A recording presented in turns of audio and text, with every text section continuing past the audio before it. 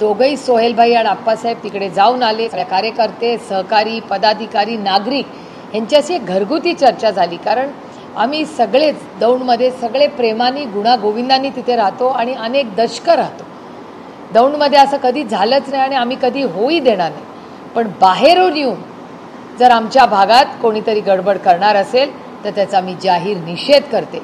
आणि माझी पालकमंत्र्यांना आणि महाराष्ट्राच्या उपमुख्यमंत्री आणि मुख्यमंत्र्यांना विनम्रपणे विनंती आहे की तुमच्या या सगळ्या लोकांना आवरा.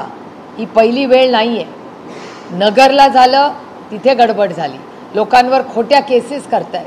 आज दौंडमध्ये येऊन भाषणं करून ते लोकांना गडबड करतायत असं मी म्हणत नाही आहे.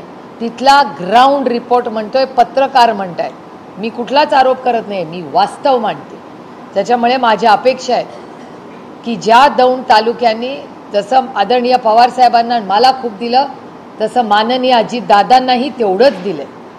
त्याच्यामुळे माझी अजितदादांना विनम्र विनंती, तुम्ही पालकमंत्रीही आहात, दौंडकरांनी तुम्हालाही खूप प्रेम दिलेलं आहे. त्याच्यामुळे आपल्या दौंड तालुक्यामध्ये अशा घटना होणार नाहीत. आणि बाहेरून येणारे जे भडक भाषणं करत असतील किंवा काही टीका टिप्पणी करत असतील, माझी विनम्र विनंती आहे की त्यांना आवरा. हा छत्रपतींचा महाराष्ट्र आहे, शाहू फुले आंबेडकरांचा महाराष्ट्र आहे, हा कैलासवासी यशवंतराव चव्हाणांचा महाराष्ट्र आहे. आणि दौंड तालुका हा महाराष्ट्रातला अतिशय महत्त्वाचा तालुका आहे. महाराष्ट्राच्या जडणघडणीत दौंड तालुक्याचं खूप मोठं योगदान राहिलं. त्यामुळे ह्या तालुक्यामध्ये बाहेरच्यांनी येऊन ढवळाढवळ करू नये. अतिथी देवो भव, तुमच्या प्रत्येकाचं तिथे स्वागत. ह्या तुम्हीचा सन्मान करू, स्वागत करू. दौंडकर खूप मोठ्या मनाचे, तुमचं आम्ही सगळे स्वागत करू. पण उगाच येऊन आमच्या दैनंदिन आयुष्यात मिठाचा खडा टाकू नका. आम्ही शांतता प्रिय लोक आहोत.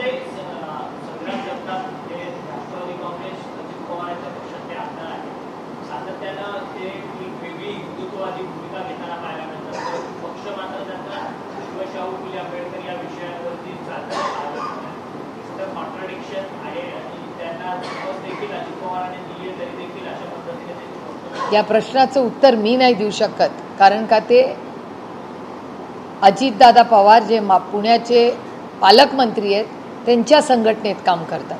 मी दुसऱ्याच्या संघटनेत लक्ष घालत नाही आणि ढवळाढवळ करत नाही. पण माझ्या महाराष्ट्रावर कोणीतरी हल्ला करत असेल तर त्याचं उत्तर विनम्रपणे आम्ही देऊ आणि महाराष्ट्राच्या हितासाठी असेल. मग देवेंद्रजी जे म्हणतात की पुण्यामध्ये दादागिरी होते आणि इन्व्हेस्टमेंट्स येत नाहीत, किंवा पुणे जिल्हा अशांत करायचा कोणीही प्रयत्न करत असेल तर त्याला पूर्ण ताकदीने महात्मा गांधींचा आदर्श ठेवून आम्ही ताकदीने जिल्ह्यासाठी, महाराष्ट्रासाठी आणि देशासाठी लढू.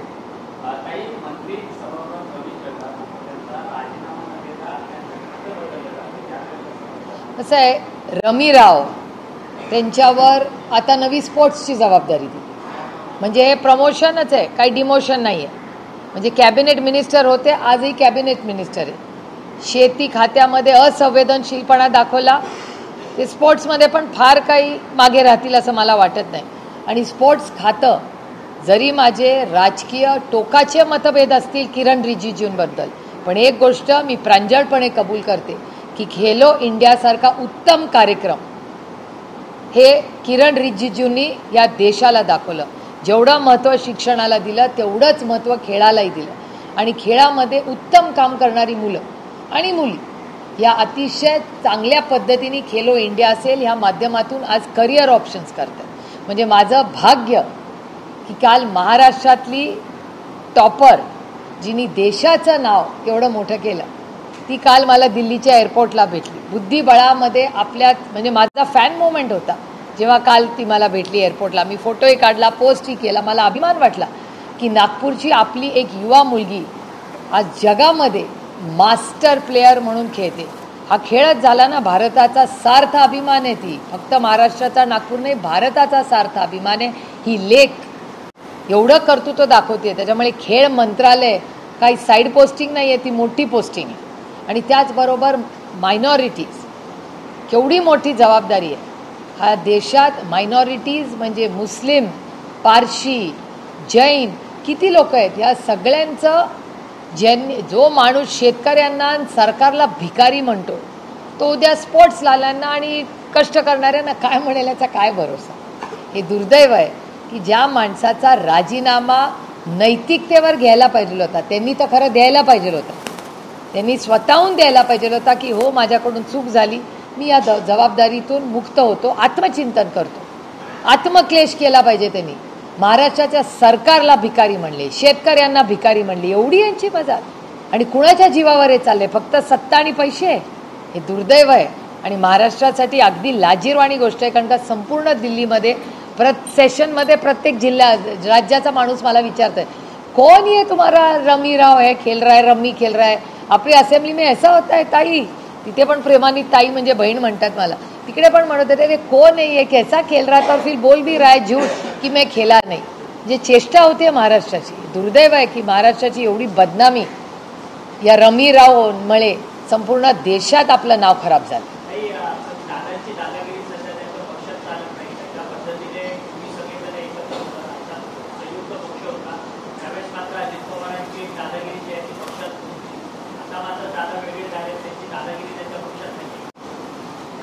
काळ बदलत असतो, लोक बदलत असतात असं वाचलंय मी फिलॉसॉफीमध्ये.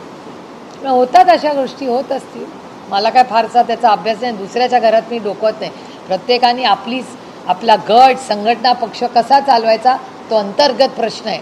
पण माझं म्हणणं आहे त्याचा केंद्रबिंदू ही काहीतरी म्हणजे माझं म्हणणं आहे की सगळ्या पक्षांनी काय त्यांचे निर्णय घ्यायचे ते, पण नैतिकता विसरू नये. आणि आपण राजकारणात कशासाठी आलो ह्याच्यात माझ्या मनात क्लॅरिटी. मी सेवा करण्यासाठी आले आणि माझं राजकारण नैतिकतेने होतं. बाकीच्यांनी कसं करायचं हा त्यांचा प्रश्न.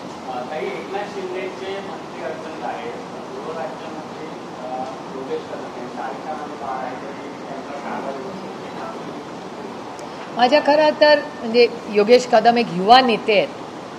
मला त्यांच्यावर टीका करायची इच्छाही नाही. कारण का युवा नेते आहेत. माझ्या महाराष्ट्रातल्या सगळ्याच पक्षांच्या सगळ्या युवा नेत्यांकडून अपेक्षा आहे तर काहीतरी त्यांनी वेगळं करावं, घडवावं, महाराष्ट्र पुढे न्यावा, देशाची सेवा करावी. कारण का ही सगळी सुशिक्षित मुलं आहेत आणि माझ्यासारखे ते सगळे परिवारवाद. त्याच्यामुळे त्यांनी सत्ता या सगळ्या गोष्टी जन्माली. आम्ही कोणी म्हणजे मी माझ्यापासून म्हणते योगेशची आणि माझी परिस्थिती काही वेगळी नाही. आम्ही दोघंही परिवारवाद आहोत.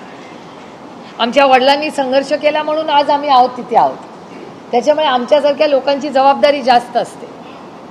त्याचं कारण असं की तुम्हालाही संधी मिळाली आहे त्या संधीचं सोनं करा. पण वाईट मला एकाच गोष्टीचं वाटलं की मला योगेशकडून खूप अपेक्षा होत्या. युवा आहे कदाचित त्याच्यामुळे थोडासा एक्सपिरियन्स कमी जास्त असल्यामुळे त्यांनी मला एवढंच त्याच्याबद्दल वाईट वाटलं एका गोष्टीचं की त्यांनी आधी सांगितलं की माझा याच्याशी संबंध नाही, मला माहिती नाही. आता तुमच्या आईच्या नावावर या गोष्टी आहेत. आणि मला वाईट एकाचंच असतं की योगेशच्या आईबद्दल मला हा उल्लेख करायला लागतोय. मी खूप जड अंतकरणून त्यांच्या आईची माफी मागून हे म्हणते. कारण का कुणाच्याच आईबद्दल, बायकोबद्दल, कुटुंबाबद्दल कधीच बोलायचं नसतं आणि बोलूही नाही. हे माझं राजकारण नुसतं नाही, कुणाचबद्दल कोणी बोलू नये हे मत माझं आहे. पण दुर्दैवाने ज्या पद्धतीने बातम्या येत आहेत सगळ्या चॅनल्सवर आणि मग त्यांचं जे स्टेटमेंट आलं की मला माहिती नाही वगैरे, एकदा सुरुवातीलाच त्यांनी सांगून टाकलं असतं ना खरं की हो बाबा माझ्या आईच्या नावावर आहे, मी माहिती काढतो, विषय संपला असता. कुणाच्या आईबद्दल बोलणं हे माझ्यासाठी पाप आहे. त्याच्यामुळे मला या विषयावर बोलायचं नाही. पण माझी विनम्र विनंती आहे महाराष्ट्राच्या माननीय मुख्यमंत्र्यांना की या मुलांना पुढे करून तुम्ही काय एम्बॅरेस करताय, तुम्ही घ्या ना नेतृत्व. खूप अनुभवी आहेत महाराष्ट्राचे माननीय मुख्यमंत्री. त्यांनी चार्ज घ्यावा या सगळ्याचा आणि त्यांनी एक प्रेस कॉन्फरन्स घेऊन हे सगळं जे काय म्हणजे कॅन्टीनमध्ये जी मारामारी झाली त्या बिचाऱ्या, बघा खरं चूक मला माहिती नाही, पण ज्या पद्धतीने त्या वेटरला मारण्यात आलं, अरे लढना है तो अपने ताकदवर से लढो. आपल्यापेक्षा जो वीक आहे त्याला मारण्यात कुठलं शौर्य. तुम्ही छत्रपतींचं नाव घेताना मग नेहमी छत्रपतींनी आपल्यापेक्षा ताकदवराशी लढाई केली आहे, आपल्यापेक्षा वीक माणसांनी लढाई केली, त्याला शौर्य म्हणत नाहीत.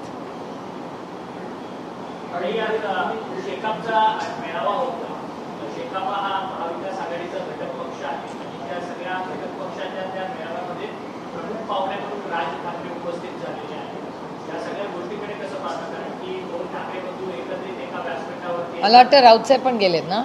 आणि शिंदे साहेब पण गेले, शशिकांत शिंदे पण गेले. आता महाराष्ट्राच्या राजकारणात 2 शिंदे झालेत, महत्वाचे, त्याच्यामुळे कन्फ्यूज होऊ नका. पण एक गोष्ट खरी आहे की शेतकरी कामगार पक्ष हा खूप कष्टाने उभं राहिलेला पक्ष. ताकद कमी जास्त होते म्हणून विचारधारा ही विसरायची नसते.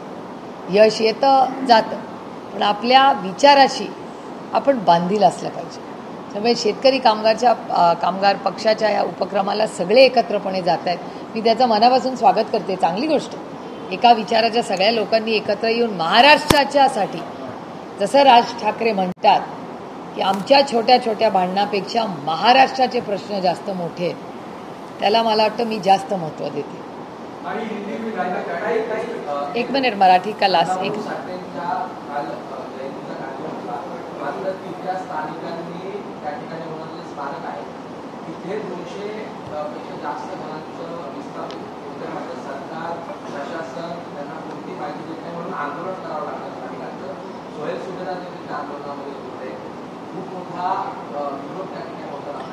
सोहेलबाईंची आणि माझी, म्हणूनच खरं मला 10 मिनिटं उशीर झाला. सोहेलबाई मला भेटले आहेत. सोहेलबाईंनी सविस्तर माझी आणि सोहेलबाईंची त्या विषयावर चर्चा झालेली आहे. जो काही कोणालाही म्हणजे अण्णाभाऊ साठेंच्या त्या भागातल्या कुणावरही अन्याय आम्ही होऊ देणार नाही. आम्ही सरकारशी पहिली चर्चा करू, चर्चेतून मार्ग काढायला बसू. पण नुसतं अण्णासाहेब साठे साहेबांचं नुसतं त्यांचा एक कार्यक्रम घेऊन भाषण करण्यापेक्षा त्यांची विचारधारा, त्यांनी केलेले आपल्यावरचे संस्कार हे पुढच्या पिढीपर्यंत पाठवणं हे सरकारचं काम आहे. पण हे दुर्दैव आहे की फक्त इलेक्शन आलं की त्यांना हे सगळे विचारवंत आणि थोर विचारवंत आठवतात. एकदा मतं मिळाली की हे लोक विचारवंतांना, बहिणींना, सगळ्यांना विचारतात. आता किती सगळ्या बहिणी प्रेमाच्या होत्या मागच्या वर्षी, नंतर काय झालं बहिणींचं? 26 लाख या पहिल्या टप्प्यात 11% महिला कमी केल्या आणि पुढे अजून होण्याची शक्यता आहे. म्हणजे आमच्या 6 महिन्यापूर्वीच्या सगळ्या प्रेस कॉन्फरन्सेस काढा. आज सरकार जे म्हणते, मग ते 6 महिन्यापूर्वी आम्हीच म्हणत होतो इलेक्शनच्या आधी. आमच्या इलेक्शनची आधीची भाषणं ही सरकारची आत्ताची भाषणं चालली. मग शेतकऱ्यांच्या आत्महत्या बघा, इकॉनॉमिक, कालचंच तुम्ही फर्स्ट क्वार्टरचा रिपोर्ट बघा भारताचा आणि महाराष्ट्राचा. TCS नावाच्या कंपनीने 11-12 हजार लोक कमी केले. विप्रोनी हजारो लोक कमी केली. सगळ्या FMCG, सगळ्या, मग गोदरेज असू दे किंवा मोठ्या मोठ्या सगळ्या ज्या कंपनीज आहेत त्यांचे फर्स्ट क्वार्टरचा रिपोर्ट बघा. सगळ्यांचे रिपोर्ट्स हे चांगले आलेले नाही आहेत. हे मी म्हणत नाही, इकॉनॉमिक टाइम्स वाचा किंवा सगळे चॅनल्स बघा, डेटा बघा. आणि मी म्हणते डेटा ड्रिव्हन चर्चा करूया ना. त्यामुळे आर्थिक परिस्थिती राज्याची, देशाची ही अडचणीत आहे. टॅरिफ्समुळे आज नक्की काय होणार आहे हे कुणालाही माहिती नाही आहे. प्रचंड संभ्रम, केऑस आणि कन्फ्युजन आहे भारतामध्ये पॉलिसी लेवलला. त्याच्यानंतर शेतकऱ्यांच्या आत्महत्या, दर 3 तासाला महाराष्ट्रात एक आत्महत्या होते. मी म्हणत नाही आहे, हा सरकारचा डेटा आहे, हा माझा आरोप नाही आहे. मकरंद आबा पाटलांनी असेंब्लीमध्ये ऑफिशियली त्यांचं डॉक्युमेंटेड स्टेटमेंट आहे की जानेवारी, फेब्रुवारी, मार्च 25मध्ये दर 3 तासाला एक आत्महत्या होते आणि भिकारी म्हणतात त्यांच्या सरकारमधलेच मंत्री. तशीच महिलांची परिस्थिती आहे. महिलांवरचे अत्याचार मागच्या वेळी 24,000 झाले होते एका वर्षामध्ये. त्याचा 50% टप्पा ऑलरेडी त्यांनी गाठलेला आहे. 11,000 महिलांच्या विरोधात झालेले जे अन्याय असतील त्याचे 11,000 केसेस रजिस्टर झालेले आहेत या 6 महिन्यात. म्हणजे अबकी बार 24,000 पार अशी दुर्दैवाने महाराष्ट्राची परिस्थिती आहे. महाराष्ट्राचा law and order is in crisis, हा माझा आरोप आहे या सरकारवर.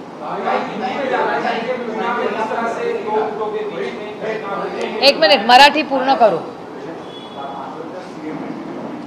कोणी?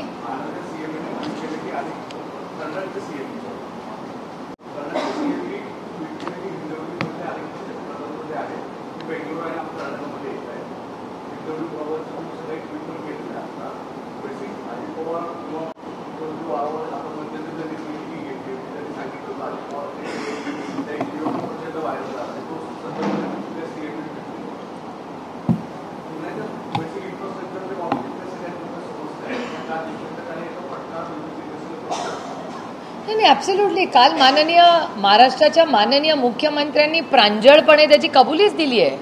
कालचा व्हिडिओ तुमच्याच त्या चॅनलवर मी पाहिला. आज सकाळी पाहिला मी तो. तुमच्याच चॅनलवर महाराष्ट्राच्या माननीय मुख्यमंत्र्यांनी कबुली केलेली आहे की पुण्यामध्ये इन्व्हेस्टमेंट्स येत नाही आहेत कारण का दादागिरी पुण्यात चालते. माझे शब्द नाही आहेत, महाराष्ट्राच्या माननीय मुख्यमंत्र्यांचे शब्द आहेत की दादागिरी चालते, त्याच्यामुळे इन्व्हेस्टमेंट्स येत नाही आहेत. त्याच्या मागे कोण आहे? महाराष्ट्राचे माननीय मुख्यमंत्र्यांनी ॲक्शन का नाही घेतली मग त्या दादागिरीवर?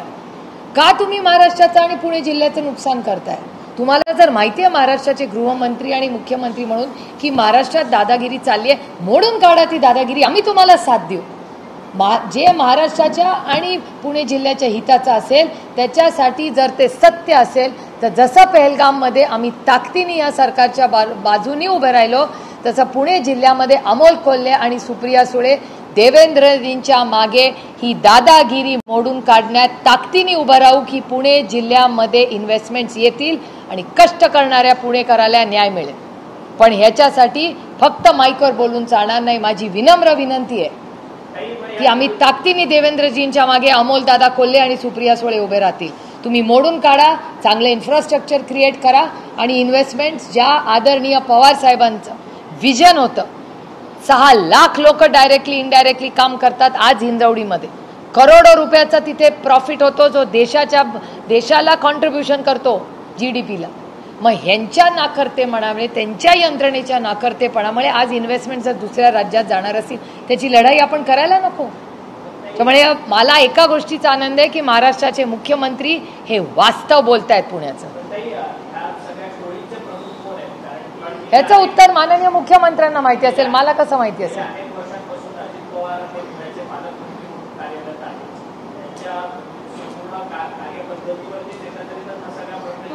मी नाही सांगू शकत. हा प्रश्न तुम्हाला महाराष्ट्राच्या माननीय मुख्यमंत्र्यांना पाहिजे. त्यांनी दादागिरी शब्द वापरला जो मी तुमच्या चॅनलवर पाहिला. मी काय त्या कार्यक्रमाला नव्हते. हा प्रश्न तुम्हाला माननीय मुख्यमंत्र्यांना विचारायला लागेल.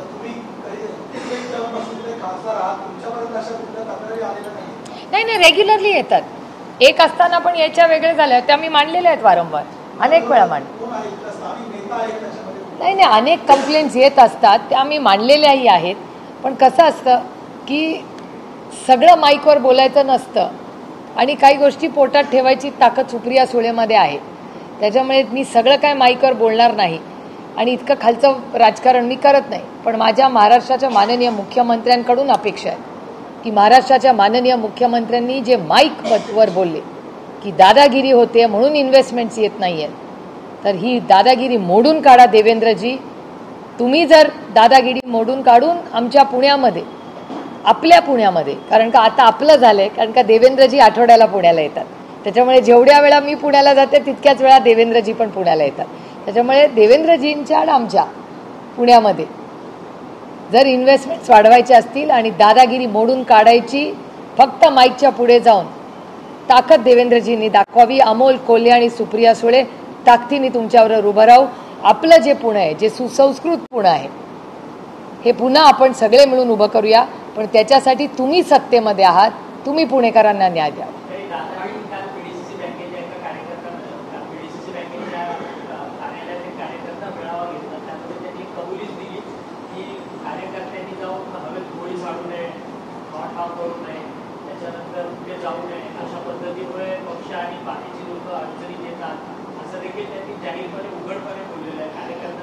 हो, खरंच आहे.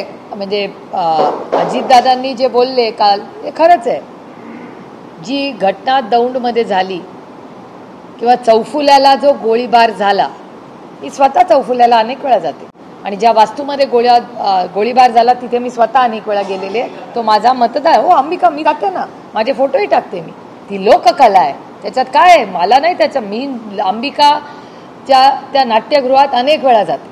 त्या माझ्या भगिनी आहेत, त्यांची मी लोकप्रतिनिधी आहे. माझी नैतिक जबाबदारी आहे की प्रत्येक ज्यांचं मी लोकप्रतिनिधी म्हणून काम करते त्या प्रत्येकाची चर्चा, त्यांचे प्रश्न हे सोडवण्यासाठीच मला मतदान करतात. त्यामुळे मी अंबिका आर्टमध्ये नेहमी जाते, जेवते, खाते, पिते. त्यांच्या सुखदुःखाच्या गप्पा तिथल्या सगळ्या भगिनी माझ्याशी सातत्याने मांडतात. पण तिथे गुंडागर्दी जी चालली आहे, कोण तिथे मारामाऱ्या करतंय जिल्ह्यात, कोण गोळ्या करते. हे खरं आहे, अजितदादा म्हणतात ही गोष्ट खरी आहे की नुकसान झालंय का? हो झालंय, त्यांच्या पक्षाचं झालं आहेच, पण त्याच्यात बदनामी महाराष्ट्राची होते ना, फक्त पक्षापुरतं सीमित राहत नाही होते. रमीराव आहेत, मारामाऱ्या आहेत, आता गोळीबार आहे. अहो अजून खूप खूप कर्तृत्ववान लोक आहेत तिथे. काही दौंडमध्ये रमेश अप्पा थोरातांचा पक्षप्रवेश झाला. तेच रमेश अप्पा थोरात काही महिन्यांपूर्वी बोलत होते की मी कधी पवार साहेबांना सोबत जाणार नाही. आणि आता अजित पवारांची साथ देताना ते पाहायला मिळतात. एकीकडे बारामती लोकसभा मतदारसंघाचा विचार करायला गेलं तर संजय जगताप तुमच्या बरोबर होते, ते भाजपमध्ये गेले. संग्राम गोगटे भाजपमध्ये गेले. तुमची कुठेतरी वोटिंग करण्याचा प्रयत्न हा महायुतीकडनं होतोय का आगामी पुढच्या निवडणुकीकरता? हो, साहजिक आहे ना, ते राजकारण आहे. काही NGO न ते चालवतात ना आम्ही चालवते. त्यामुळे आणि तोडफोडाचं राजकारण त्यांनी केलंच आहे ना. वैचारिक पद्धतीने ताकद जमू शकत नाही म्हणून तोडफोड करा. त्यामुळे मला काय त्याच्यात आश्चर्य किंवा नवीन काही वाटत नाही. आणि मी तुम्हाला सांगू एक गोष्ट की परवाच मला भारतीय जनता पक्षाचे एक वरिष्ठ नेते मला दिल्लीत सांगत होते की सुप्रिया, परवा मी सगळी आमची लिस्ट बघितली ग, 33% आमचे आमदार आणि खासदार हे राष्ट्रवादी काँग्रेस पक्षाचे आहेत. काँग्रेसमधले पण 35 का 36% आहे. त्यांना अभिमान वाटत होता की 80% आजची जी भारतीय जनता पक्ष आहे 80 ही काँग्रेस NCPच आहे. मग मला एक प्रश्न खूप मनाला पडतो की 2014 मध्ये अबकी काँग्रेस मुक्त भारत करायचा होता असं भारतीय जनता पक्षाचं स्टेटमेंट होतं. आता 80% लोक भारतीय जनता पक्षाचे, 2024 मध्ये काँग्रेस राष्ट्रवादीचे. तो फिर क्या पाया? लोक तर तीच आहे, फक्त सिंबल बदलले. त्यामुळे जो लोकांना बदल हवा होता तो बदल तर झालाच नाही. जिस तरीके से पुणे में हुआ उसको कैसे देखते हैं, आप तक क्या जानकारी है? और मुख्यमंत्री ने कहा कि पुणे में जो असाध करने की कोशिश कर रहे जानबूझकर नहीं, दो अलग बातें हैं ये. जो पूना में माननीय मुख्यमंत्री जी ने कहा, जो मैं बहुत दिनों से सालों से कहती आ रही हूँ कि हिंजवड़ी में राजीव गांधी इन्फोटेक की शुरुआत आदरणीय पवार साहब ने की और वो उसमें उनका जो विजन था कि 6 से 10 लाख लोग यहाँ काम करेंगे, जो कर रहे हैं. और जिस तरह से इंफ्रास्ट्रक्चर वहाँ का कोलैप्स हुआ है, मैं लगातार महाराष्ट्र की सरकार से विनती करती आ रही हूँ. मेरा रेगुलर फॉलोअप है, डॉक्यूमेंट देख सकते हैं पूरा कि रास्ते का देखिए, मेट्रो देखिए, ये जो इलीगल जो चीज़ें हैं हिंजवड़ी में वो साफ़ करिए. उसके बाद वर्क फ्रॉम होम, ये नहीं हो पा रहा है तो वर्क फ्रॉम होम का ऑप्शन दीजिए. वहाँ बहुत सारी स्कूल्स है, उसके टाइमिंग्स 10-10 मिनट आगे पीछे कर सकते हैं क्या? लेकिन ये बहुत दुर्भाग्य की बात है कि महाराष्ट्र के माननीय मुख्यमंत्री जी को पुणे में आके बोलना पड़ रहा है कि पुणे में इन्वेस्टमेंट्स नहीं आ रही है क्योंकि यहाँ बहुत दादागिरी हो रही है. और यहाँ जिस तरह से चल रहा है ऐसा चलता रहेगा तो पुणे में बहुत मुश्किल होगी. ये तो मैं कब से कह रही हूँ, कल जो मैं कह रही हूँ वही माननीय मुख्यमंत्री जी ने कहा. लेकिन मुझे मुख्यमंत्री जी को एक सवाल करना है कि आपको जब पता है कि यहाँ इन्वेस्टमेंट्स नहीं आ रहे हैं, उस वजह भी उनको पती है, तो वो जड़ तक क्यों नहीं जा रहे? अगर दादागिरी हो रही है ऐसा माननीय मुख्यमंत्री को लगता है तो उन्होंने जड़ से उखाड़ देना चाहिए. वो जो गलत हो रहा है उसको जड़ से उखाड़ देने की उम्मीद रखते हैं महाराष्ट्र के मुख्यमंत्री से, क्योंकि पुणेकर एक बहुत अच्छे लोग हैं और मेहनती लोग हैं. और उनको जिस तरह से ये जो इंफ्रास्ट्रक्चर कोलैप्स हुआ है पुणे का, या जिस तरह गुंडागर्जी आज पुणे में चल रही है, ये शोभा नहीं देती, सरकार को शोभा नहीं देती. यवत की घटना बहुत दुर्भाग्य है. दौंड तालुका ये बहुत अच्छा तालुका है, मेहनती लोग वहाँ रहते हैं, सारे समाज के लोग हम एक साथ मिलजुल के रहते हैं. मेरे तो पारिवारिक संबंध है वहाँ सबसे. और ये बहुत दुख की बात है जिस तरह से बाहर से लोग आके हमारा एरिया में ये जो फैला रहे, वो अच्छी बात नहीं है.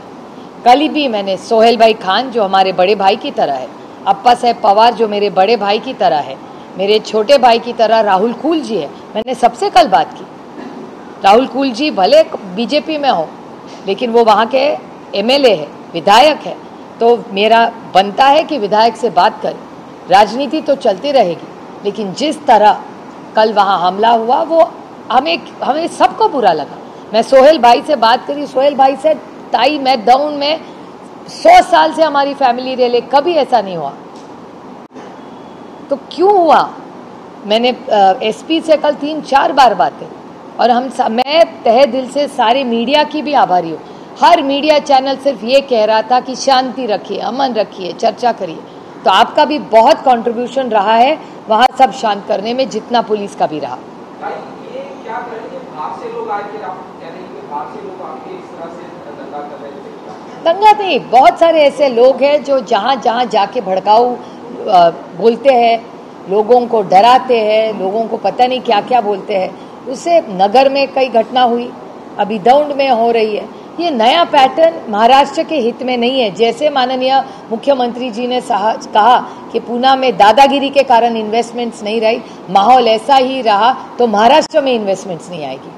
ये बहुत चिंताजनक बात है। और ये सब लोग, ये जो हमें मराठी में कहते हैं वाचाड़ वीर है ना, मेरी विनती है सरकार को, बड़ी विश्वास के नाते आपको वोट दिया है महाराष्ट्र की जनता ने, ये इसके लिए नहीं दिया, अच्छे शासन के लिए दिया है।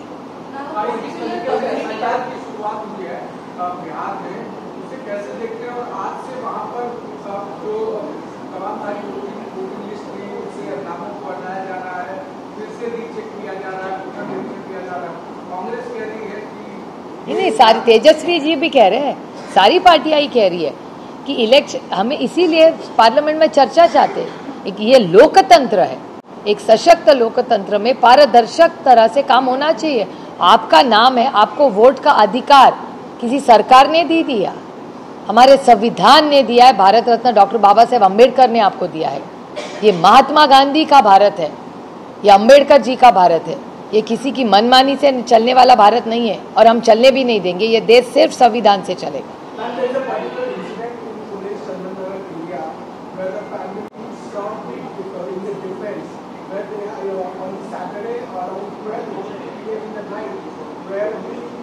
a group of a Bajrang Dal, they came to their in the house and asked the entire family to show the documents of yours, and they have been asked that you are Bangladeshi. When they went to the police station for the verification over there, police has told them that around 11 a.m. to show us the documents, else we are going to declare you as Bangladeshi or prove the citizenship of a particular community which is happening in the state of Maharashtra and the districts.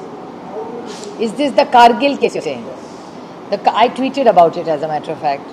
It's very, very unfortunate. This shows that clearly being a bully, and if the government is on your side, you can bully anybody. Today they bullied them, tomorrow they'll bully you. This will not be tolerated. I have raised it and I will raise it, and I'm really disappointed with the administration in Pune district. Every day, look at your questions. 80% of the cases that you are raising are from Pune district.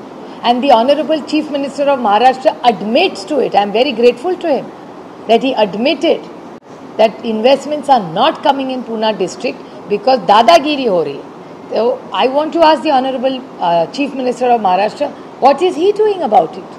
If he knows that there is a problem, he should get to the bottom of the problem and resolve it. If there is dadagiri happening in Pune district, I expect him to resolve that issue and get rid of this dadagiri. And if he commits to a safer, greener and a more inclusive Pune district like it was before. Amol Kole as a local MP and Supriya Sule as a local MP will fully, openly support the Chief Minister of Maharashtra, provided he assures us full protection to every citizen of that city. Imagine, they were a part of the Kargil war so that you and I are safe. And some bully is going to enter their house at 11 o'clock and intimidate citizens of India who are martyrs, who are heroes of this nation. They will be treated like this. This is complete injustice and mismanagement and misuse of power. जिस तरीके से खास करके राहुल गांधी ने कहा कि भारतीय अर्थव्यवस्था मंत्री को कि ट्रंप ने कहा था कि उसी लाइन पर उन्होंने कहा, आपको क्या लगता है कि भारतीय अर्थव्यवस्था क्या? देखिए, भारतीय अर्थव्यवस्था आप जो रिजल्ट्स देख रहे हैं उस हिसाब से दिक्कत में है क्या? हाँ, थोड़ी सी दिक्कत में है, ये मानना पड़ेगा, क्योंकि डेटा बताता है। दो चीज़ें आप देखिए, विप्रो और टीसीएस में 10 और 12 हज़ार लोग कम किए, पहली बात। दूसरी सारी बड़ी कंपनियां से, हिंदुस्तान लीवर देखिए, गोदरेज देखिए, ये जो मैन्युफैक्चर सब सारी चीज़ों को करती है, जो आपके मेरे बच्चे हमारे घर में जो चीज़ें लगती है, उसके सारे फर्स्ट क्वार्टर के रिपोर्ट्स नेगेटिव आए, कम हो रहा है। और इकोनॉमिक ग्रोथ, आप सिर्फ जीएसटी कलेक्शन पे मत जाइए, that is one part of the economics.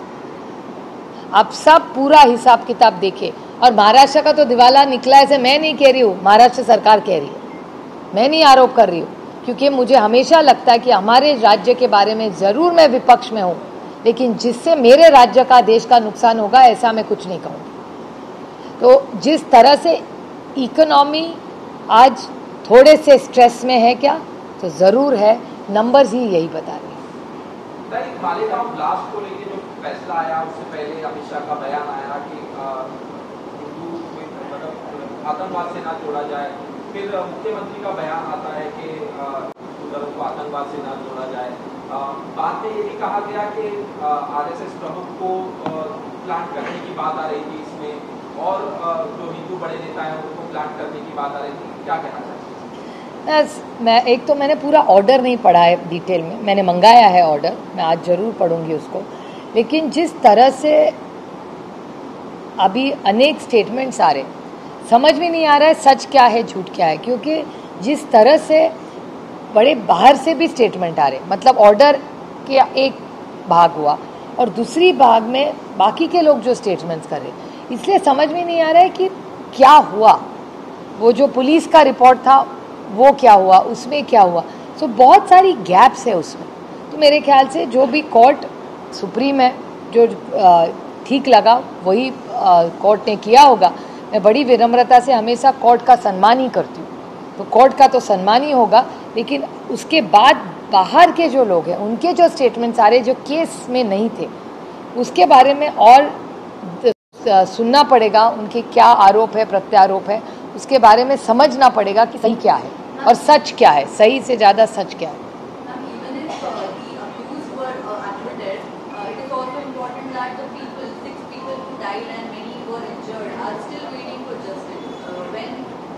Absolutely, everybody is looking for justice, even in the Pahalgam case. The attack, the cowardly attack, what happened in Pahalgam, everybody is waiting for justice.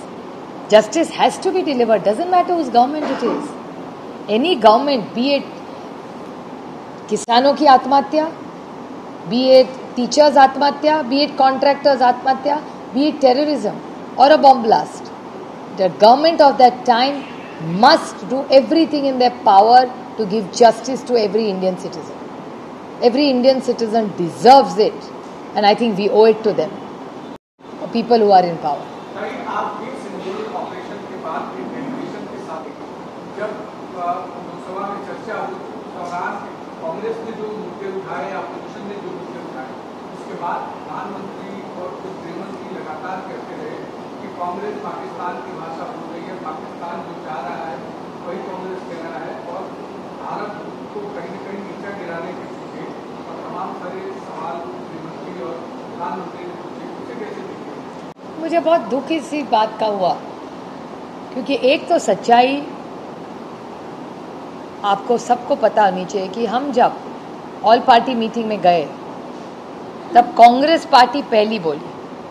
खड़गे जी का on document उनका statement है कि ये हल्ला हुआ है, हम सब आतंकवाद के खिलाफ है और पूरी ताकत से कांग्रेस पार्टी और पूरा विपक्ष सरकार के साथ खड़ा रहेगा, देश के साथ खड़ा रहेगा। हम सब ने पहले 1 महीना 1.5 महीना हमारे मुंह से कोई भी इंफॉर्मेशन भी आ रही थी, हमने चुप्पी साधी, क्योंकि हमारे लिए पहला देश, फिर राज्य, फिर पार्टी और फिर फैमिली। तो पहला देश, उसके बाद राज्य, उसके बाद पार्टी आती है। तो हम सब ने पूरी ताकत से सरकार के साथ खड़े रहे, क्योंकि देश का सवाल था। हम सब क्यों गए परदेश? हमें जब फ़ोन आया और बोला कि आपको लीड करना है, मुझे कहा, कनिमोड़ी का कहा, कांग्रेस के हमारे वरिष्ठ नेताओं को कहा, सबने देश के लिए हाँ कहा। वहाँ हम तू मैं नहीं करेंगे। आप मेरा भाषण निकाल के देखिए, मुझे कितना बुरा लगा। जैसे वो हम पे आरोप करते, वो सवाल मैं भारतीय जनता पार्टी के कई सांसदों से भी पूछना चाहती हूँ ना, कि आप जवाहरलाल नेहरू जी का चिट्ठा पिट्टा चढ़ते हैं, क्यों आप झूठ बोल रहे हैं? उनको गए गुजरे 50 साल हो गए देश के पहले प्रधानमंत्री रहे। और मेरी बहन कन्नी मोड़ी ने जो कहा वो सही कहा कि नई पीढ़ी को पंडित जवाहरलाल नेहरू जी के बारे में बहुत कम पता था। अब सारी नई पीढ़ी उनके बारे में पढ़ना चाहती है कि क्या हुआ। तभी उन बच्चों को पता चला कि इस देश में परराष्ट्र जो धोरण पहले हुआ वो पंडित जी ने कहा। और मैं आपको एक बात बताऊं, मैं 4 देशों में गई। मैं कतार गई, मैं साउथ अफ्रीका गई, मैं कहाँ गई, इथोपिया गई और कायरो। हम सबका डेलीगेशन माननीय प्रधानमंत्री जी ने 4 देशों में हमें भेजा था। मैं ये पार्लियामेंट में भी कह चुकी हूँ कि चारों देशों में इस देश के 4 प्रधानमंत्रियों के बारे में, 4 नेताओं के बारे में पूछा गया।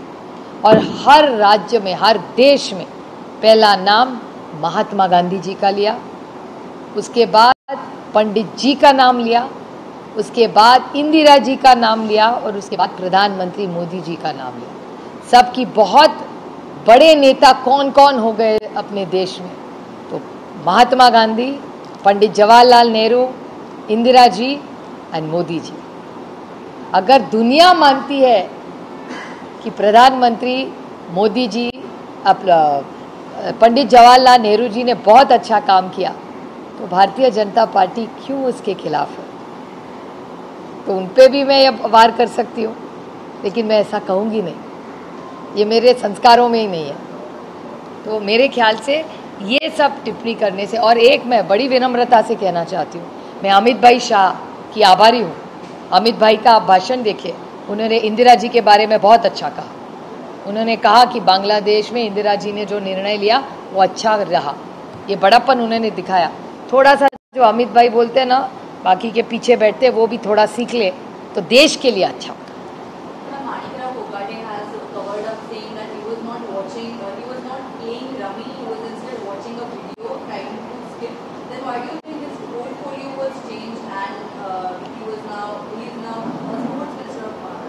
First of all, it's not a demotion at all. It's a very important responsibility. To be in any cabinet is a very, very important responsibility. You cannot trivialize. My friend Kiran Rijiju has been one of the finest sports minister of India who created Khelo India. He may be in the BJP, I have strong differences with Kiran Rijiju. But what Kiran ji did for sports through Khelo India, you must compliment him for. So it's not a lightweight ministry. It's sad if they think it's a lightweight ministry. It's really, really sad. One of our daughters from Nagpur has created global history in chess just 2 days ago. I met her yesterday. I was so lucky. It was my fan moment to meet her yesterday at the Delhi airport. So please don't trivialize sports. Sachin Tendulkar is a Bharat Ratna. No? So there has been a legacy. So sports is a very, very important demand. The real demotion should have been for him to call your own government a beggar. He should have been, actually he should have resigned on principles. But ये अपेक्षा करना थोडा ज़्यादा हो रहा है सरकार से. नैतिकता आणि या सरकारची कधी भेटच नाही झाली. त्याच्यामुळे I can't blame them for that. But one second, let me just complete. So he is not demoted, one. And second, Maharashtra Sarkar का जो the report of Maharashtra government proves that he was speaking for 18 minutes. He was playing for 18 minutes. This is not my report. I don't have videos. Maharashtra government admits that not Rami, what's his name? Manikrao Kokate. That those jokes are going around about, Rami Rao. So I got his name wrong. Sorry about that. But Manikrao Kokate was playing for 18 minutes. This is what government's report says.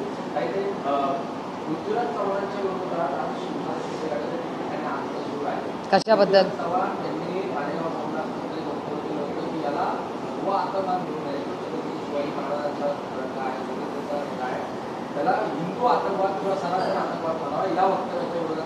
कधी बोलले ते?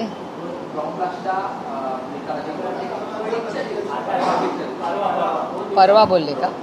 त्याचं उत्तर ते पृथ्वीराज बाबाच देतील. मी त्यांची ती press conference पाहिलेली नाही, पण मी पाहून तुम्हाला उद्या उत्तर देईन याच्यावर. मी पृथ्वीराजजींशी बोलीन, कारण का मी ती प्रेस पाहिलेली नाही त्याची.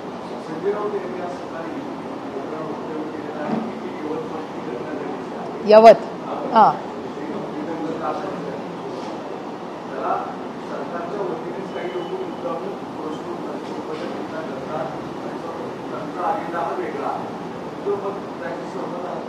हो, शक्यता नाकारता येत नाही, कारण का सत्तेतलेच लोक तिथे गेले ना.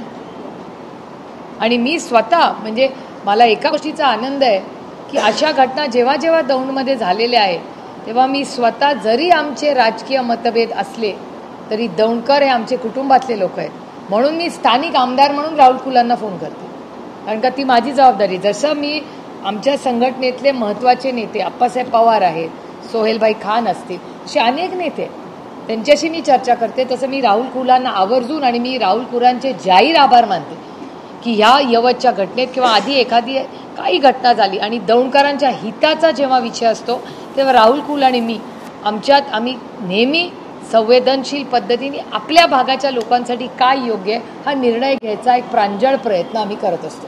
त्यामुळे असं कसं होतं की दरवेळी काही लोक म्हणजे नगरमध्ये काही गोष्टी झाल्या, अहिल्यानगरला आणि दौंडमध्ये घटना, त्याच्यात काही कॉमनॅलिटी. आणि मी म्हणत नाही आहे, पोलीसचा रिपोर्ट आहे, माझं म्हणणंच नाही आहे.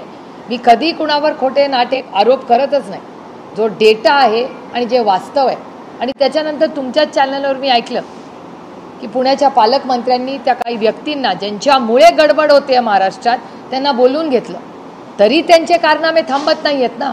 मग तुमच्या नेत्यांनी सांगितलं तरी तुम्ही इथे तिथे उद्योग करत बसता, आमच्या मतदारसंघात येऊन गडबड करत बसता, हे आम्ही सहन करणार नाही. पण आम्ही तुमच्या मार्गाने जाणार नाही, आम्ही महात्मा गांधींच्या मार्गाने जाणार.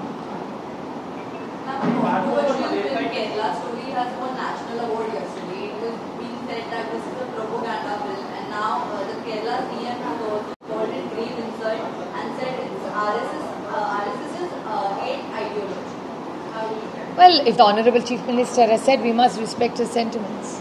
Do you think Kerala story? You know, to be honest, I haven't seen the movie, but if the sentiment of a Chief Minister, he represents the state. If he feels something about it, you must respect it. No, he's the Chief Minister of that state, so he's thinking it. Like Devendra ji yesterday said, Pune में investment क्यों नहीं आ रहा है? क्योंकि दादागिरी हो रही है. He's the Chief Minister of Maharashtra. कह रहे मतलब सच ही होगा ना, because he's a CM. नागपूरमध्ये एका 17 वर्षीय मुलीवरती सामूहिक बलात्काराची घटना आहे, समोर आली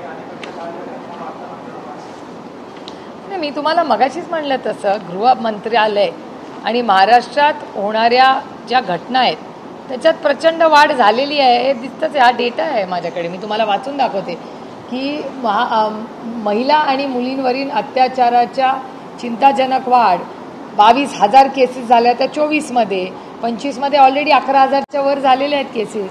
आमची एवढीच मागणी आहे की 80%हून जास्त त्या महिलांना न्याय पण मिळत नाही. का नाही या सगळ्या फास्ट ट्रॅकमध्ये घेत? महिलांवर होणारे सगळे अत्याचार हे फास्ट ट्रॅक कोर्टवर चालले पाहिजेत, हे सातत्याने आम्ही मागणी करतो. आणि टाईम बाउंड रिझल्ट दिला पाहिजे. Justice delayed is justice denied. तुम्ही उशिरा जर त्यांना न्याय दिला तर उपयोग काय त्या न्यायाचा?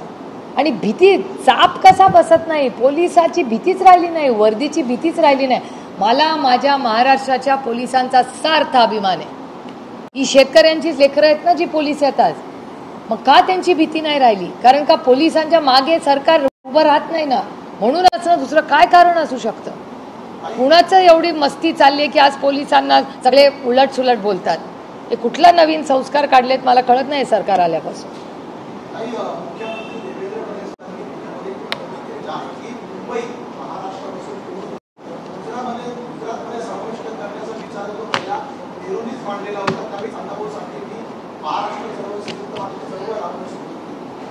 तुम्हाला एक खरं सांगू का, जे ह्यांना काही जमत नाही ना ते बिचाऱ्या पंडितजींच्या नावाने लावतात. पंडितजींना जाऊन 50 वर्ष झाली. तुम्ही जबाबदारी घ्या ना, आजचं वास्तव बोला ना. ह्यांच्याकडे उत्तर द्यायला मला 100 गोष्टी आहेत त्यांच्या कर्तृत्वातल्या. ना खाऊंगा ना खाणे दूंगा. त्याचं काय झालं पुढे? 50 लाख रुपये 15 लाख रुपये तुमच्या अकाउंटमध्ये झाले का? देवेंद्रजींना मला विनम्रपणे विचारायचं आहे, सर सकट कर्ज माफी करू. देवेंद्रजी म्हणले होते की नाही? तुमच्या चॅनलवर दाखवलं होतं ना तुम्ही. दर 3 तासाला आत्महत्या होतात. मग त्या आत्महत्याला जबाबदार कोण? देवेंद्र फडणवीसजीच ना, मुख्यमंत्री आहेत ना राज्याचे. दर 3 तासाला तुमच्या राज्यात अन्याय होतो महिलेवर.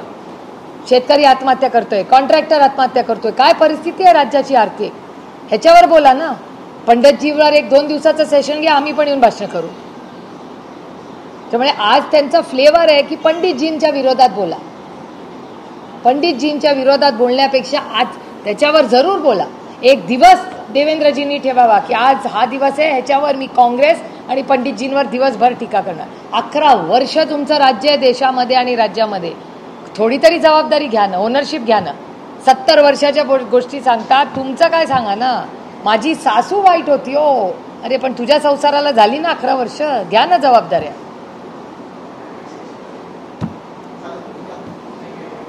थँक्यू.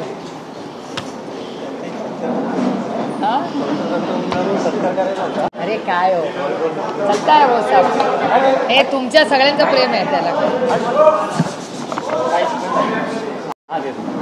पुढारीचा कॉन्क्लेव्ह आहे वर्धापन 25 ऑगस्ट.